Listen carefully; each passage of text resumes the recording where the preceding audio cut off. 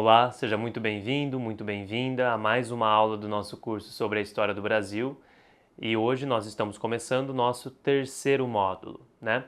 Então você que está assistindo essa aula deve saber que existiu um módulo específico para o período colonial, um módulo específico para o período imperial, portanto o primeiro império, regência e o segundo reinado, e agora nós estamos começando o período republicano, que se inicia em 1889. Olha só, a primeira coisa que a gente precisa saber é o conceito do positivismo. O positivismo é uma corrente filosófica típica do século XIX. Por que eu estou falando dele? Porque o positivismo ele vai influenciar o pensamento político, o pensamento econômico, o pensamento sobre qual a concepção de Estado, qual que é o papel do Estado no Brasil também. Então, só para deixar vocês mais familiarizados, pensemos no Iluminismo. Quando vocês estudam o Iluminismo do século XVIII, é comumente, né, utilizado nas aulas de Revolução Francesa, Revolução Inglesa, vocês também sabem que o Iluminismo é importante, por exemplo, para a Inconfidência Mineira, né, uma revolta, um levante que acontece em Minas Gerais, no Brasil. Portanto, não dá para a gente pensar de forma isolada, né? Achar que o Brasil ele está isolado do mundo. Não. O pensamento, a filosofia, os conceitos econômicos, eles vão se formando a partir da relação entre as Américas e a Europa. No Iluminismo foi assim. O positivismo também. Quem que é o pai do positivismo, né? É o pai da sociologia, Augusto Comte, um francês que, em linhas bem gerais, vai dizer o seguinte: olha, a sociedade ela evolui por etapas, né? Então é como se a gente pensasse nos povos lá da antiguidade oriental, nos povos mesopotâmicos, eles eram politeístas, eles ainda não tinham uma religião que ajudava a organizar a sociedade baseada em um único Deus, né? Então acreditavam em vários deuses, não tinha um certo grau de avanço científico, isso no pensamento do Augusto Comte, tudo bem? Então ele vai dizer que esse é o homem mais primitivo, mais rudimentar. Quando a gente passa, por exemplo, para a Idade Média, o ser humano, o homem europeu, ele já acredita em um único Deus, já tem uma religião capaz de sustentar também o Estado. Quando a gente chega na Idade Moderna, avanço científico, um maior domínio do homem sobre a natureza, a manutenção do cristianismo, escravização dos africanos, que eram entendidos como povos inferiores, dominação dos indígenas na América, que também eram tidos como povos inferiores. Quando chega no século XIX, nós estamos falando do imperialismo e do neocolonialismo.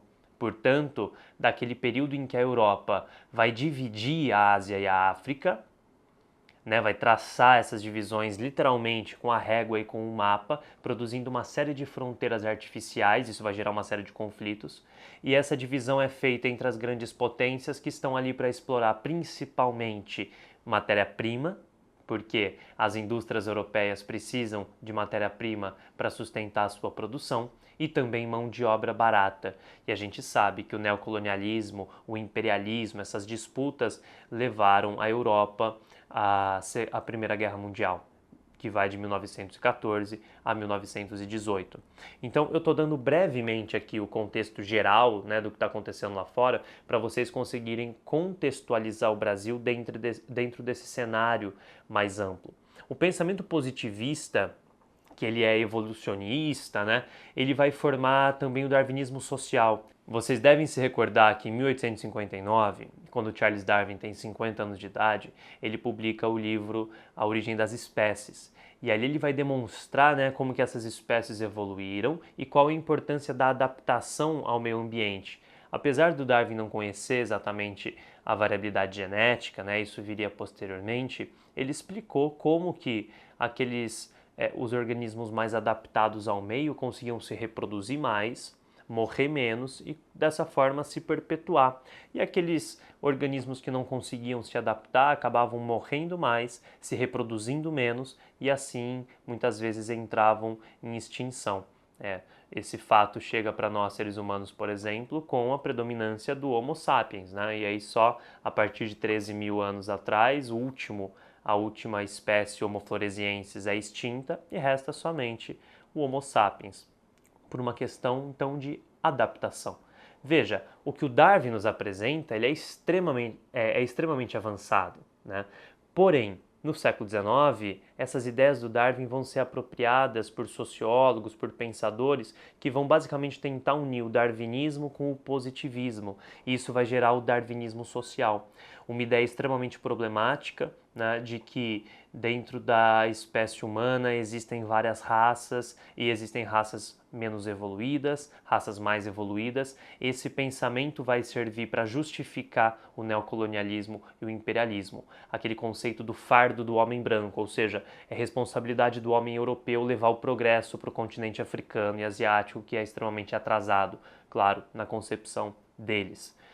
Pois bem, dito isso, tendo esse cenário geral, pensemos agora o Brasil. Vocês se recordam que em 1888, 13 de maio de 88, foi extinta a escravidão no Brasil, o último país a abolir a escravidão. Como a escravidão era o sustentáculo do império, era muito evidente que o império viria a ruir também. A República vai ser proclamada em 15 de novembro de 89 e é importante ressaltar, primeira coisa, a pluralidade de grupos que participaram da proclamação da República, né? Nós tivemos ali cafeicultores, principalmente de São Paulo, nós tivemos políticos, evidentemente vindo das fileiras republicanas, escritores, intelectuais, jornalistas que faziam a mensagem republicana se disseminar, e nós tínhamos também uma parte significativa do exército. E o exército, por sua vez, tinha absorvido muito dos ideais positivistas.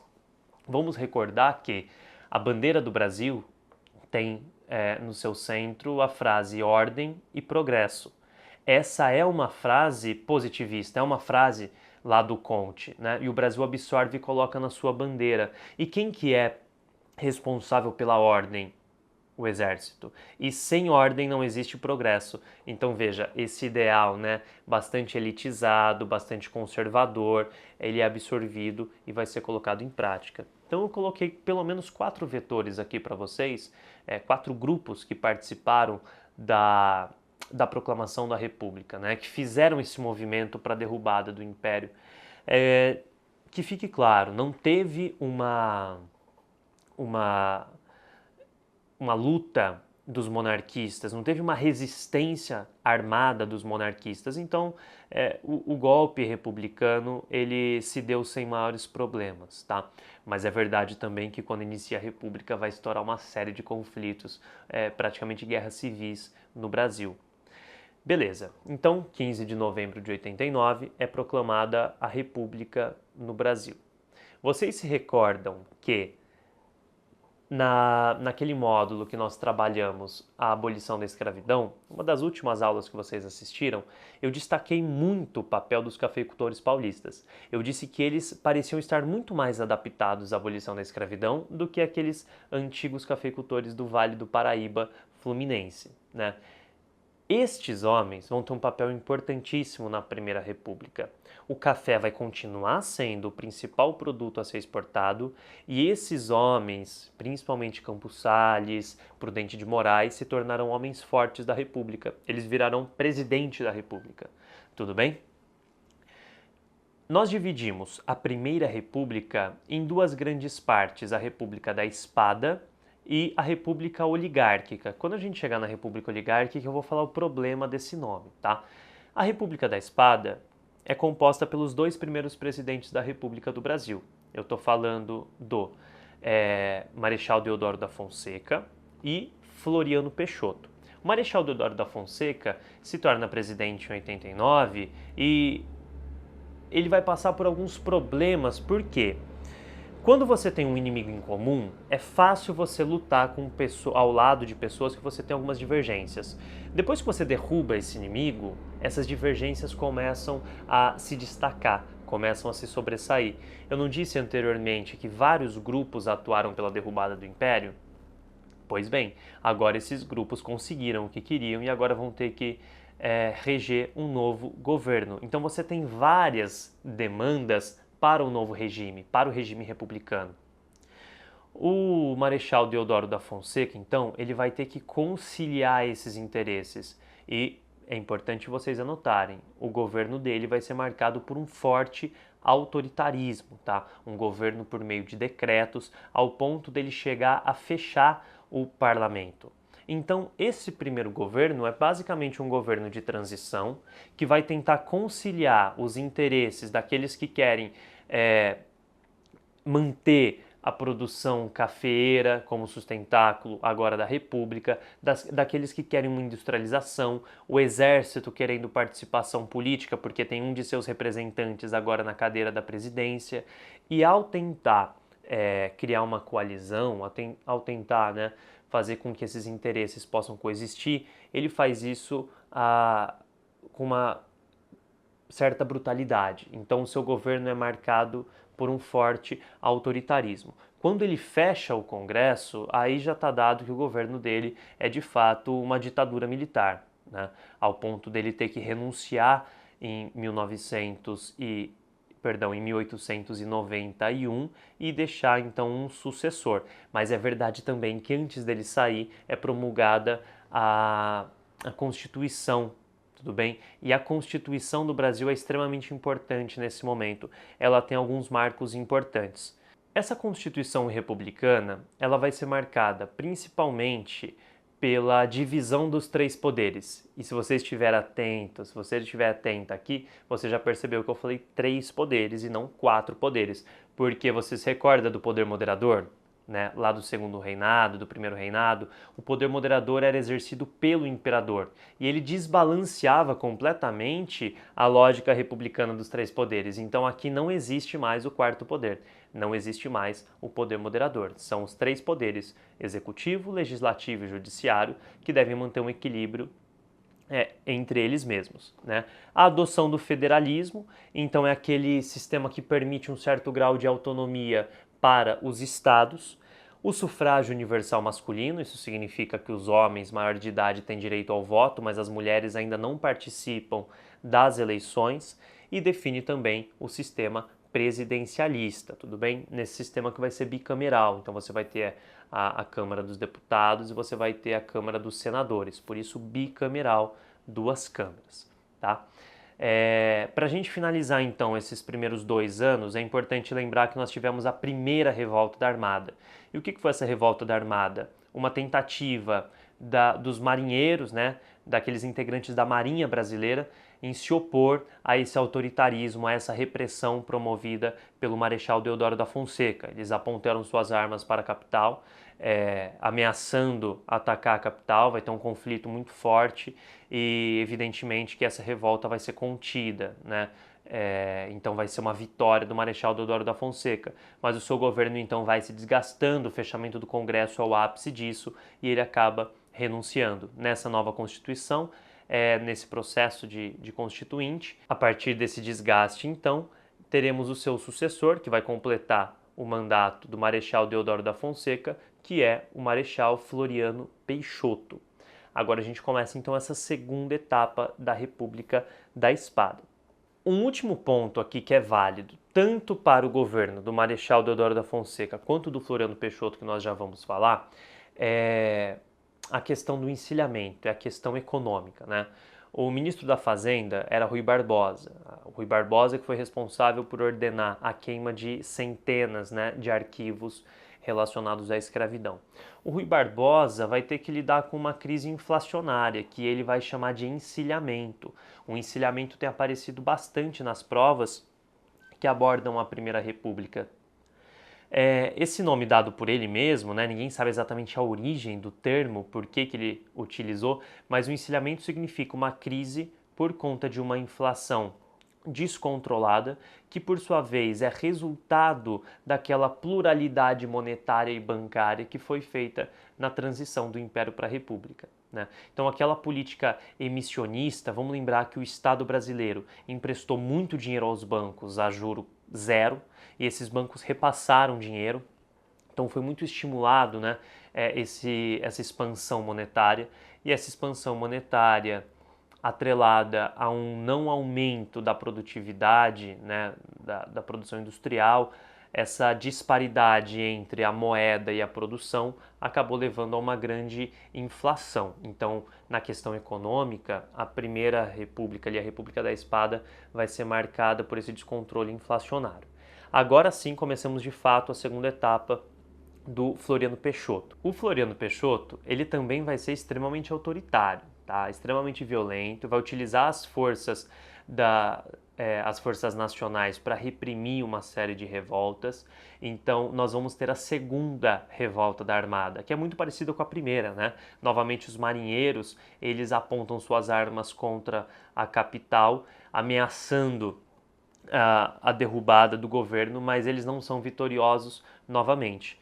O Floriano Peixoto ele ainda enfrenta uma outra revolta muito importante que vai se iniciar lá no Rio Grande do Sul, que é a Revolução Federalista. A Revolução Federalista é basicamente um grupo, né, de homens ligados à produção agropecuária do Rio Grande do Sul que querem mais autonomia para os estados, né? Iago, mas a Constituição não diz que o federalismo estava em prática? Sim, mas veja, existem vários tipos de federalismo, né? Então, se você comparar o grau de autonomia que os estados nos Estados Unidos possuem, é bem diferente da autonomia que os estados aqui no Brasil possuem. Você pode achar isso bom ou ruim, mas o que esses revoltosos estavam querendo era mais autonomia para os estados, né? Poder decidir suas leis, as suas taxas, os seus impostos. E é claro que isso era ruim para o governo central, porque demonstrava um enfraquecimento, né? E poderia levar, então, a uma certa ruptura, um enfraquecimento da República como um todo, que tinha acabado de nascer. Uma figura importante, o governador do Rio Grande do Sul, Júlio de Castilhos, que vai ser um homem aliado ao governo, então ele vai encabeçar a repressão a esses revoltosos. É verdade que os revoltosos vão ser derrotados, a gente vai ter mais de 10 mil mortes e a partir de um certo momento essa revolta se espalhou para o Paraná e Santa Catarina também e a ilha que hoje vocês conhecem como Florianópolis, ela recebe esse nome por causa de Floriano Peixoto. Tudo bem? Então ali ele ficou conhecido como Marechal de Ferro, por ter tido essa força centralizadora que conseguiu desmobilizar essas revoltas que estavam acontecendo.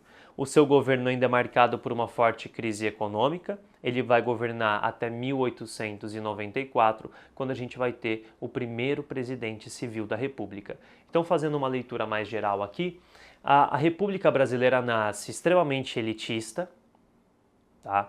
Ela nasce sem promover uma reforma agrária, portanto, não há uma redistribuição das terras. Aqueles homens que absorveram terras durante o período imperial, muitas vezes herdando de parentes do período colonial, terão suas terras mantidas. Isso é um ponto fundamental para a gente compreender a manutenção da desigualdade no Brasil hoje.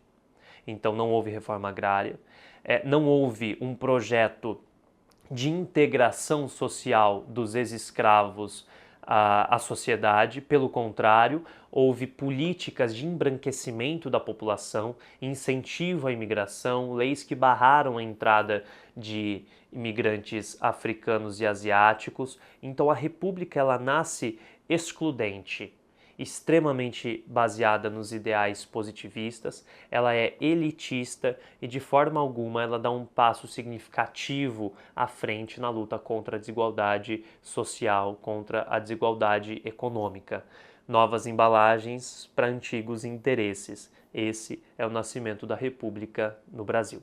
Espero vocês na próxima aula. Um abraço e até lá.